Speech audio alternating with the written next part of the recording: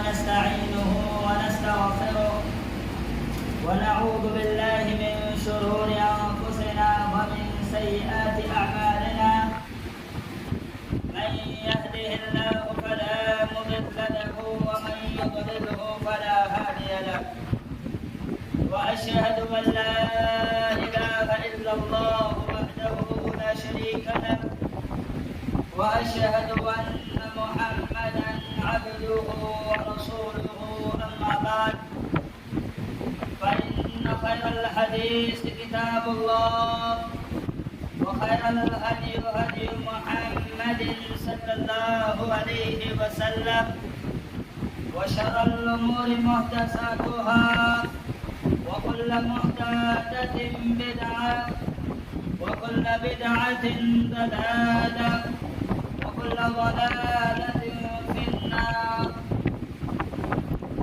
أعوذ بالله من الشيطان الرجيم.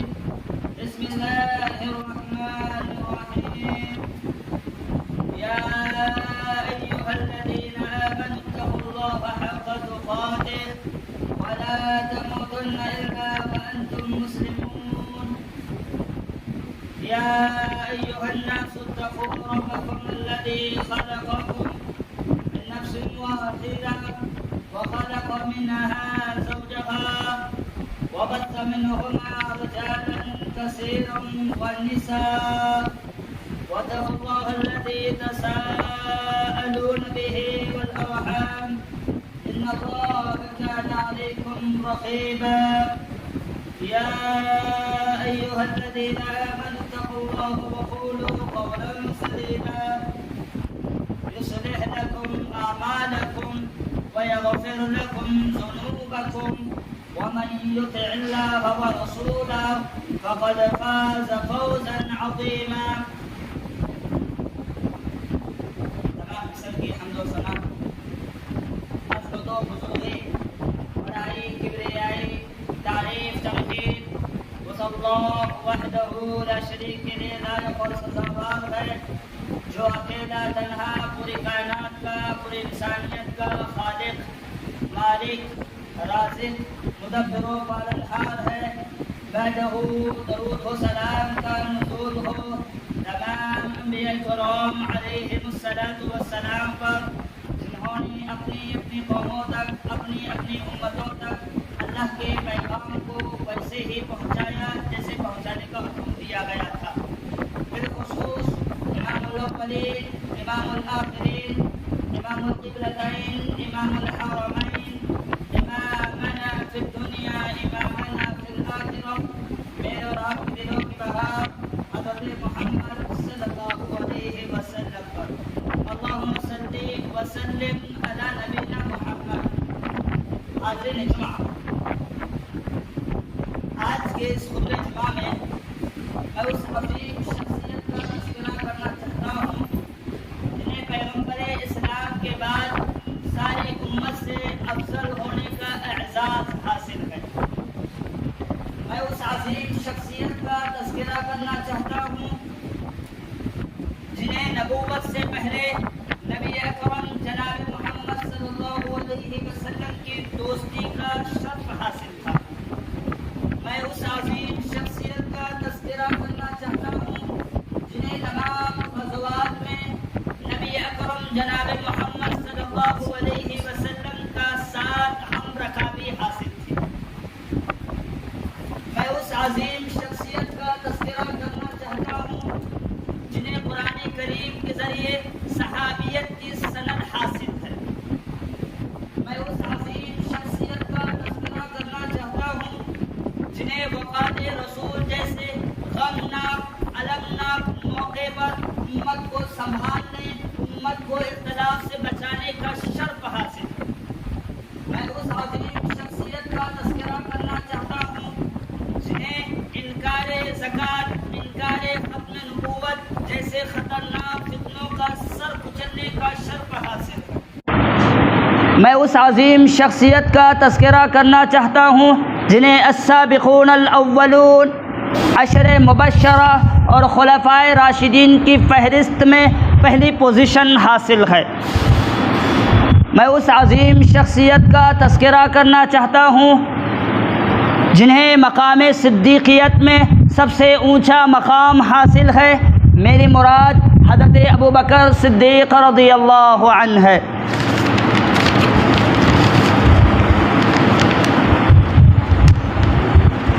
اس عظیم شخصیت کی کیا شان ہے، کیا فضیلت ہے، کیا مقام ہے، کیا مرتبہ ہے، آئیے ناطق وحی، شافی محشر، ساقی کوثر جناب محمد الرسول اللہ صلی اللہ علیہ وسلم کے زبانی سنتے ہیں کہ آپ کا کیا مقام ہے، آپ کا کیا مرتبہ ہے۔ اللہ کے نبی صلی اللہ علیہ وسلم نے بیان کیا، صحیح بخاری کی روایت ہے، راوی حدیث حضرت ابو سعید خدری رضی اللہ عنہ ہے، کہتے ہیں اللہ کے نبی صلی اللہ علیہ وسلم نے فرمایا بلا شبہ مجھ پر مال خرچ کرنے کے لحاظ سے تمام لوگوں سے زیادہ احسانات ابو بکر کے ہیں۔ اللہ اکبر۔ حالانکہ تمام صحابہ کرام اللہ کے نبی کے ایک بول پر، ایک بات پر صدقہ کیا کرتے تھے، خیرات کر دیا کرتے تھے، اپنا سب کچھ نچھاور کر دیا کرتے تھے، لیکن اللہ کے نبی صلی اللہ علیہ وسلم نے ابو بکر رضی اللہ عنہ کی شان ذکر کی، آپ کا مرتبہ، آپ کی عظمت ذکر کی، کہا کہ جتنے لوگوں نے صدقہ خیرات کیا ہے، جتنے لوگوں نے مجھ پر احسان کیے ہیں، ان تمام لوگوں سے زیادہ احسانات اگر کسی کے مجھ پر ہے تو وہ ابو بکر صدیق رضی اللہ عنہ کے ہے۔ کیا مقام ہے، کیا مرتبہ ہے۔ یہی نہیں میرے بھائیوں، ذرا اور آگے چلیے، حدیث کے آخری ٹکڑے پر غور کیجئے جس میں اللہ کے نبی صلی اللہ علیہ وسلم نے بیان کیا۔ اللہ کے نبی صلی اللہ علیہ وسلم نے کہا کہ بلا شبہ اللہ رب العالمین کے علاوہ اگر میں کسی کو خلیل بناتا، کسی کو دوست بناتا، ابو بکر صدیق رضی اللہ عنہ کو بناتا۔ اللہ، کیا شان ہے، کیا فضیلت ہے، کیا مقام ہے۔ یہ جو مقام انہیں ملا، یہ مرتبہ جو انہیں ملا، یہ عزت جو انہیں ملی، یہ یوں ہی نہیں ملی میرے بھائیوں۔ اس کے لیے انہوں نے قربانیاں دی ہیں، اس کے لیے انہوں نے جد و جہد کی ہے، چاہے جان کی قربانی ہو، مال کی قربانی ہو، حتیٰ کہ اپنے گھر والوں کی قربانی بھی دی ہے، جب جا کر ان کا مقام اتنا بلند ہوا ہے، جب جا کر ان کا مرتبہ اتنا عظیم ہوا ہے۔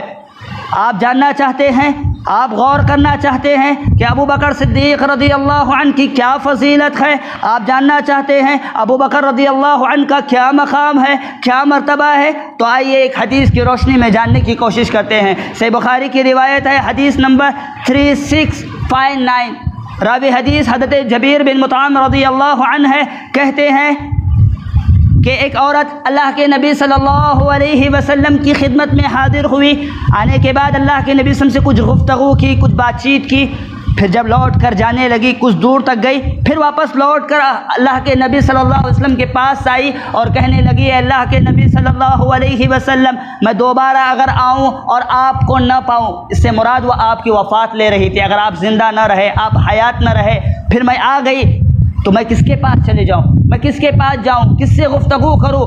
اللہ کے نبی صلی اللہ علیہ وسلم نے بیان کیا، اگر تو دوبارہ آئے اور مجھے نہ پائے تو ابو بکر صدیق رضی اللہ عنہ کے پاس چلے جانا۔ اللہ اکبر۔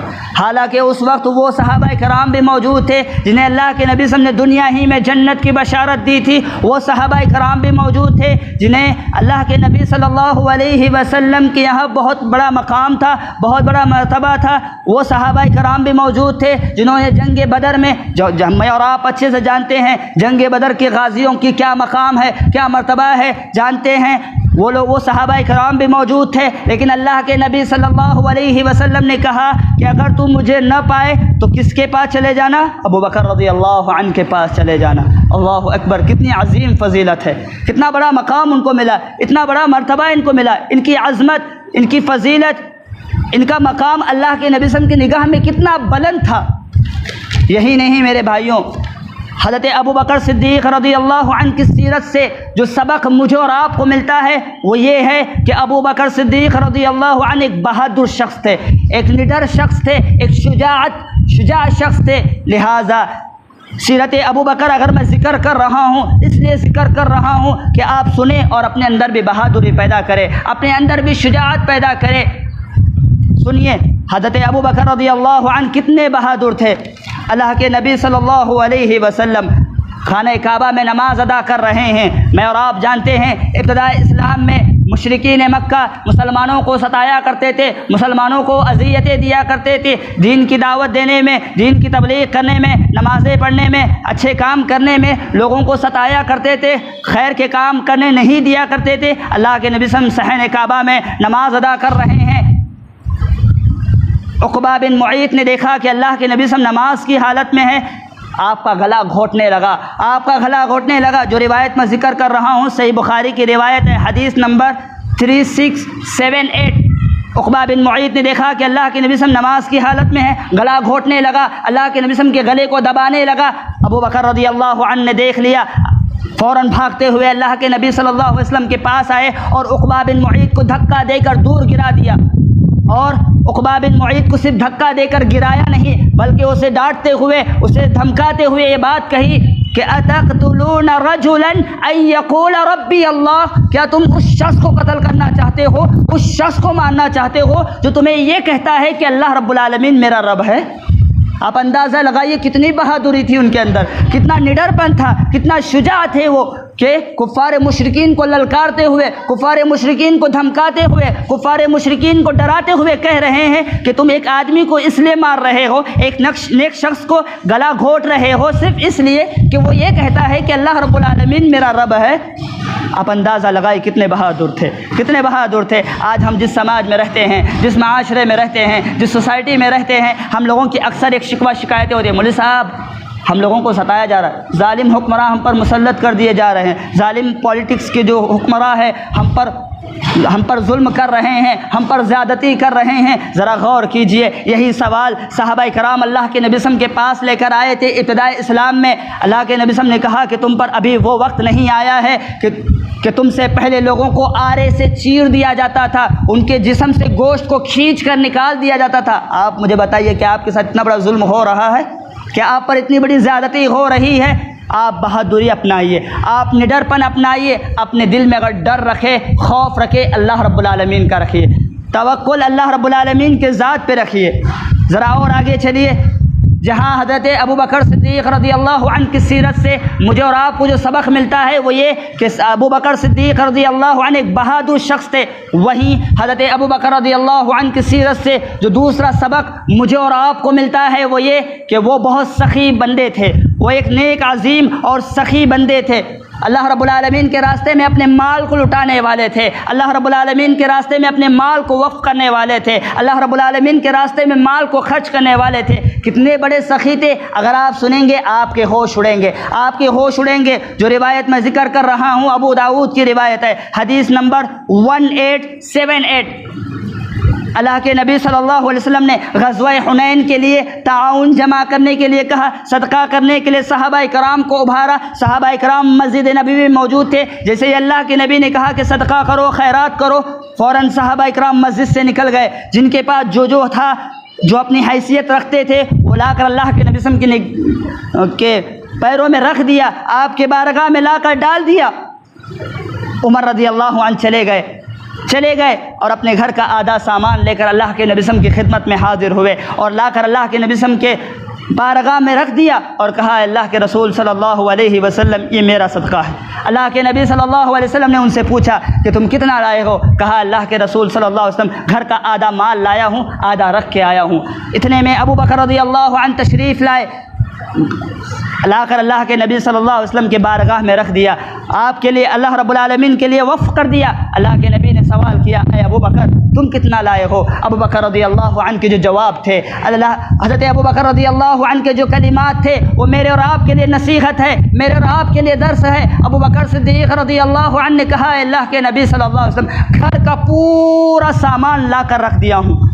اللہ کے نبی صلی اللہ علیہ وسلم نے پوچھا، اے ابو بکر گھر میں کچھ رکھ کے آئے ہو یا نہیں؟ گھر کے والوں کے لیے کچھ رکھا ہے یا نہیں؟ ابو بکر رضی اللہ عنہ کے جواب تھا، حضرت ابو بکر رضی اللہ عنہ کے کلمات تھے، جوابی کلمات تھے۔ انہوں نے کہا اللہ کے نبی صلی اللہ علیہ وسلم گھر میں اللہ اور اللہ کے رسول صلی اللہ علیہ وسلم کی رضا رکھ کے آیا۔ اللہ اکبر، اللہ اکبر۔ ذرا تصور کیجئے، ذرا سوچئے تو صحیح، جو انہیں مقام ملا ہے، یہ مرتبہ ملا ہے، یہ عزت ملی ہے، یہ شرف ملا ہے، یوں ہی نہیں ملا ہے میرے بھائیوں، یوں ہی نہیں ملا ہے۔ وہ صدقہ کیا کرتے تھے، خیرات کیا کرتے تھے، اللہ کے راستے راستے میں اپنا سب کچھ لٹانے والے تھے، تب جا کر ان کو یہ مقام ملا ہے۔ آج جس سماج میں اور آپ رہتے ہیں، جس سوسائٹی میں اور آپ رہتے ہیں، صدقہ کرنے کی بات آ جائے، خیرات کرنے کی بات آ جائے، مسجد کو کچھ دینے کی بات آ جائے، مدرسے کو کچھ دینے کی بات آ جائے، جماعت کو تعاون کرنے کی بات آ جائے، جیب میں ہاتھ ڈال کر چلر نکالنے کی کوشش کرتے ہیں۔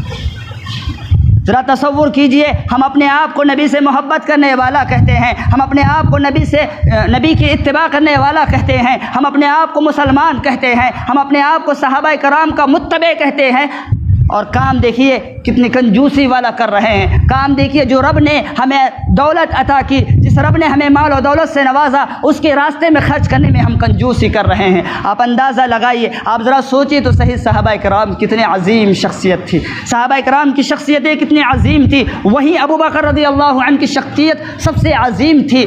یہ جو مقام انہیں ملا یوں ہی نہیں ملا میرے بھائیو۔ لہٰذا ابو بکر رضی اللہ عنہ کی سیرت سے جو دوسرا سبق مجھے اور آپ کو ملا وہ یہ کہ ہمیں اللہ رب العالمین کے راستے میں خرچ کرنا چاہیے۔ میں یہ نہیں کہتا کہ اپنا گھر کا سب کچھ لا کر لٹا دو، اللہ رب العالمین نے جو کچھ بھی دیا ہے اس میں سے تھوڑا تو خرچ کرو، تھوڑا تو خرچ کرو۔ قرآن کہتا ہے وَمَا أَنفَقْتُم مِّن شَيْءٍ فَهُوَ يُخْلِفُهُ، تم اگر اللہ کے راستے میں خرچ کرو گے اللہ تمہیں اور دے گا۔ ہماری سوچ کیا ہے؟ خرچ کریں گے مال کم ہو جائے، نہیں میرے بھائیو۔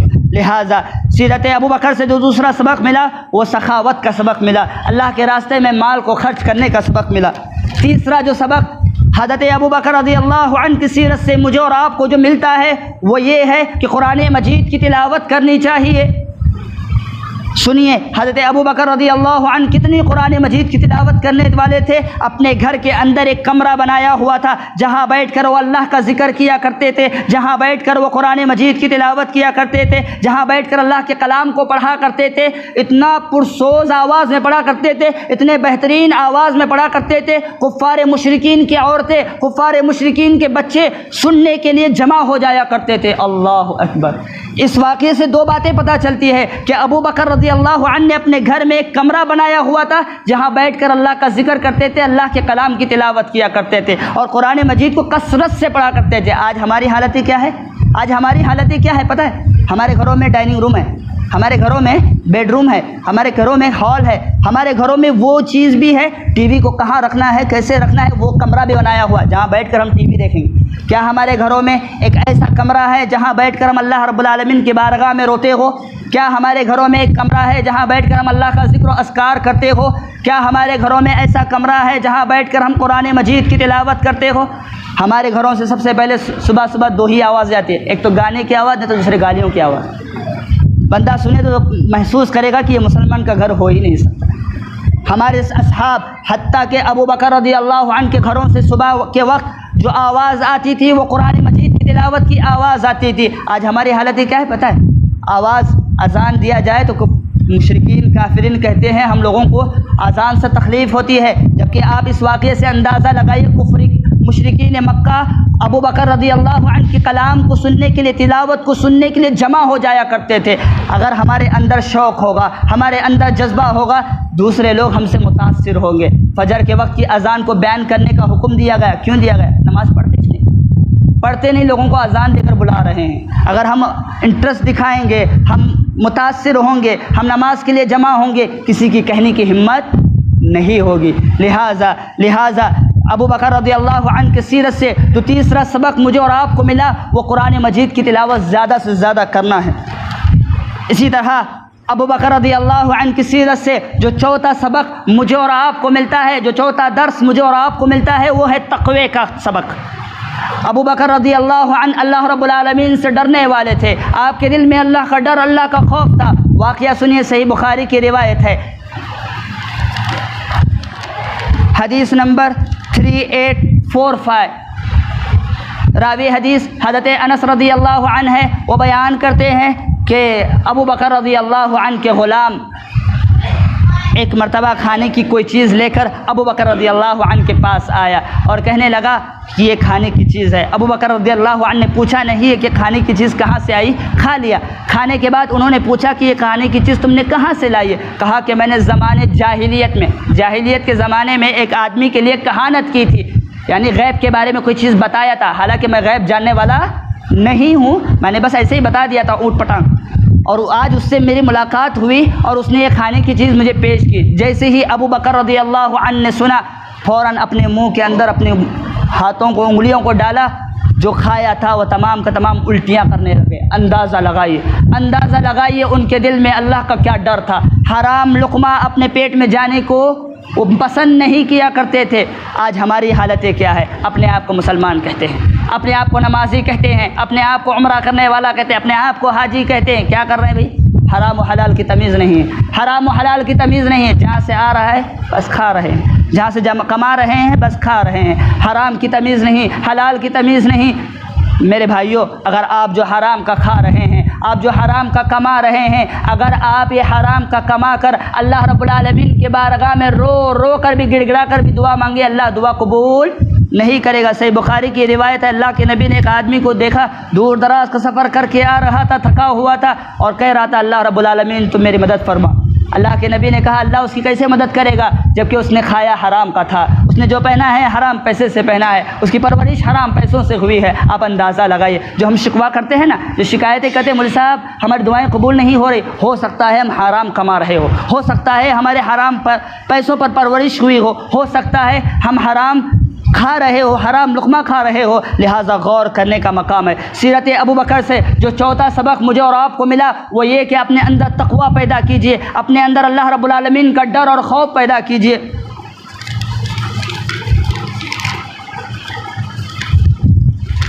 اسی طرح سیرت ابو بکر رضی اللہ عنہ سے جو پانچواں سبق مجھے اور آپ کو ملتا ہے وہ یہ کہ قبرستان کی زیادہ سے زیادہ زیارت کرنا چاہیے, قبرستان جانا چاہیے. اس لیے کہ بندہ اگر قبرستان جائے گا آخرت کی یاد تازہ ہوگی, موت کی یاد تازہ ہوگی, اسے احساس ہوگا کہ یہ دنیا چھوڑ کر ایک نہ ایک دن مجھے جانا ہے. جو روایت میں ذکر کر رہا ہوں ابن ماجہ کے اندر بھی موجود ہے, ترمذی کے اندر بھی موجود ہے. حضرت ابو بکر رضی اللہ عنہ کے غلام ام ہانی بیان کرتے ہیں, ابو بکر رضی اللہ عنہ قبرستان جایا کرتے تھے اور بیٹھ کر وہاں رویا کرتے تھے, گڑ گڑایا کرتے تھے, اتنا روتے تھے کہ آپ کی داڑھی جو ہے رونے کی وجہ سے, آنسوؤں کی وجہ سے گیلی ہو جاتی تھی.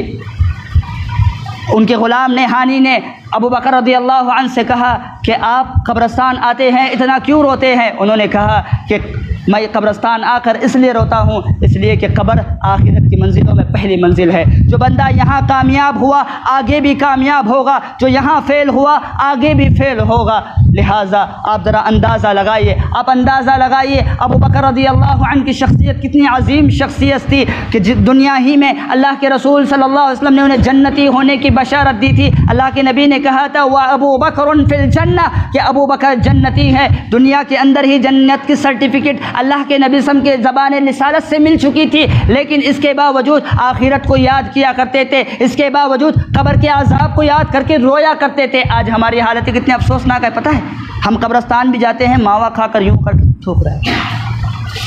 قبرستان جا کر ایک بندے کو اپنی موت کی یاد آنی چاہیے تھی, قبرستان جا کر ایک بندے کو قبر کے عذاب کی ہولناک کی یاد آنی چاہیے تھی. وہاں ٹھہر کر بھی دنیا کی باتوں میں مصروف, ارے میرے کاروبار میں نقصان ہو. ایک بندے کے جنازے میں جاتے ہیں اور وہاں بیٹھ کر کاروبار کی باتیں ہو رہی ہیں, وہاں بیٹھ کر ماوا کھا کر یوں کر کے تھوک رہے ہیں. میں نے بعض لوگوں کو ایسے دیکھا ہے وہاں واٹس ایپ چلا رہے ہیں اور بعض لوگ تو گیم کھیلتے ہیں. اندازہ لگائیے ہم کس حد تک بے حس ہو چکے ہیں, ہم کس حد تک موت کو بھلا چکے ہیں, ہم کس حد تک قبر کے عذاب کو جھٹلا چکے ہیں. اگر واقعی ہم موت کو یاد کرنے والے ہوتے, اگر واقعی قبر کا عذاب کی ہولناکی ہمارے دلوں میں ہوتی, وہاں جا کر اس طرح کی حرکتیں ہم کبھی نہ کرتے. لہٰذا ہم تمام لوگوں کو چاہیے ہم قبرستان کی زیارت کریں تاکہ موت کی یاد تازہ ہو. سیرت ابو بکر رضی اللہ عنہ سے جو چھٹا سبق مجھے اور آپ کو ملتا ہے وہ یہ کہ سامنے والے کو معاف کرنا چاہیے, عفو درگزر سے کام لینا چاہیے. میرے بھائیوں, بہت اہم واقعہ آپ لوگوں کے سامنے ذکر کر رہا ہوں. جو روایت میں ذکر کر رہا ہوں ابو بخاری کے اندر یہ موجود ہے. حضرت ابو بکر رضی اللہ عنہ کی بیٹی, میں اور آپ اچھے سے جانتے ہیں, ام المؤمنین حضرت عائشہ رضی اللہ عنہا پر جب بہتان لگایا, الزام لگایا گیا کہ نعوذ باللہ من ذالک آپ نے بدکاری کا ارتکاب کر لیا ہے, تو بہت سارے مشرکین, بہت سارے یہود اس میں ملوث ہو گئے اور اس فتنے کو ہوا دینے لگے.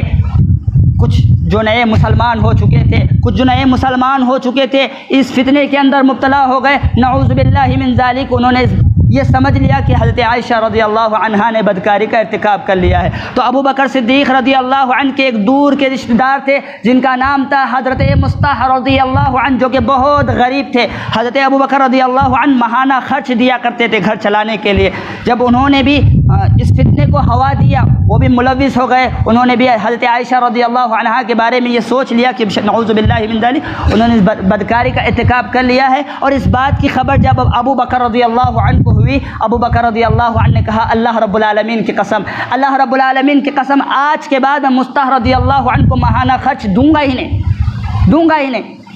فوراً اللہ رب العالمین نے اس آیت کریمہ کو نازل کیا، وَلَا يَأْتَلِ أُولُو الْفَضْلِ مِنْكُمْ وَالسَّعَةِ أَن يَأْتُوا أُولُو الْقُرْبَى وَالْمَسَاكِينَ وَالْمُهَاجِرِينَ وَلْيَعْفُوا وَلْيَصْفَحُوا أَلَا تُحِبُّونَ أَن يَغْفِرَ اللَّهُ لَكُمْ۔ اللہ رب العالمین نے جب اس آیت کریمہ کو نازل کیا، ابو بکر رضی اللہ عنہ وہاں موجود تھے۔ جب انہوں نے اس آیت کریمہ کو سنا جس میں اللہ رب العالمین نے یہ کہا الا تحبون ان یغفر اللہ لکم، کیا تم نہیں چاہتے اللہ رب العالمین تمہارے گناہوں کو معاف نہ کرے؟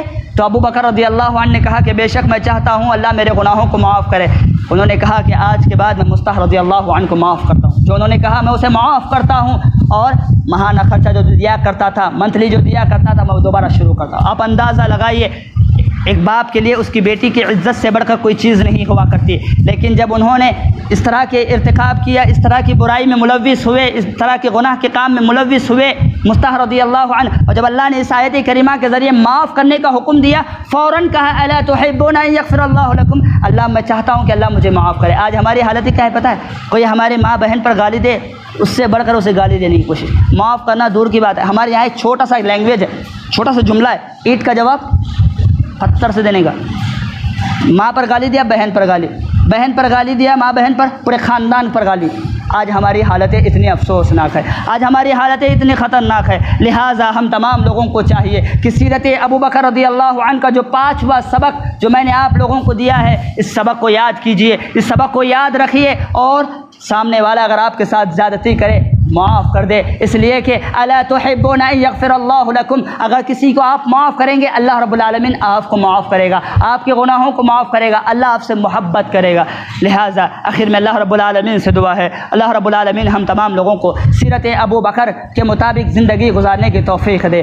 سیرت ابو بکر رضی اللہ عنہ کا جو میں نے درس آپ لوگوں کو دیا ہے، جو سبق میں نے آپ لوگوں کو دیا ہے، اللہ مجھے بھی یاد رکھنے، اسی کے مطابق زندگی گزارنے کی توفیق مجھے بھی دے اور آپ لوگوں کو بھی توفیق دے۔ آمین وآخر دعواہم الحمد للہ رب العالمین۔